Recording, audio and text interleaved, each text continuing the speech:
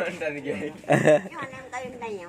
Aro ya pegah-pegah batok orang nu pijuk pegah apa?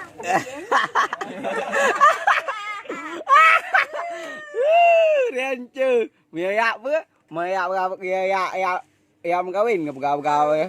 Mau orang nu pijuk pemikiran. Mama Maria.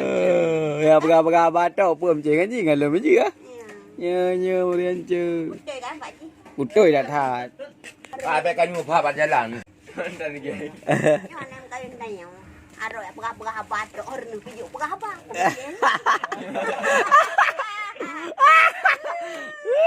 Rancu. Biaya apa? Maya berapa ya kawin ke pegawai ya. Mau orang nu pijuk pemikiran. Mama Maria. Ya pegawai batok pun macam ni kan lebih je ah. Nya rancu. Betul kan Pak Cik? Betul dah tat. Apa kan nyupa jalan. Dan gay. Yang nem kayu nanya. Aro ya pegah-pegah batok orang nu pijuk pegah apa?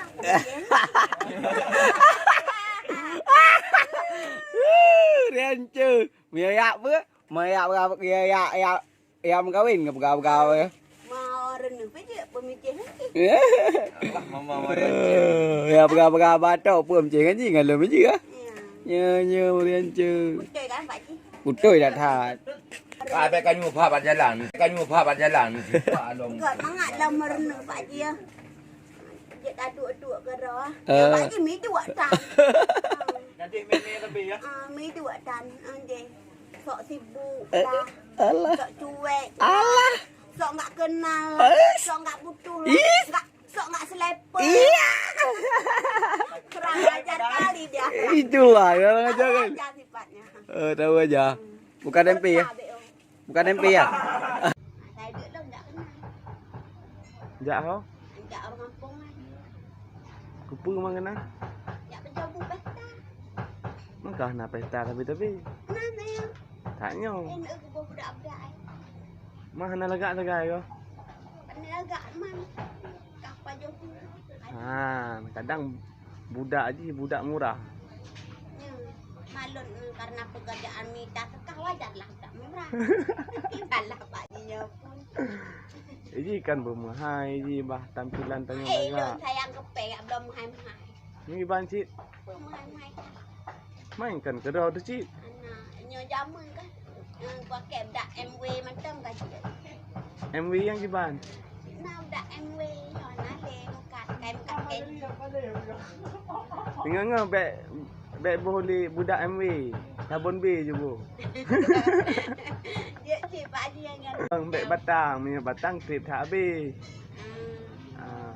Nah, aku bobo projek sambung cak sampan Pak. Man kiban? Teh muka ni. Putih. Lagi long alam kau putih muka long ah.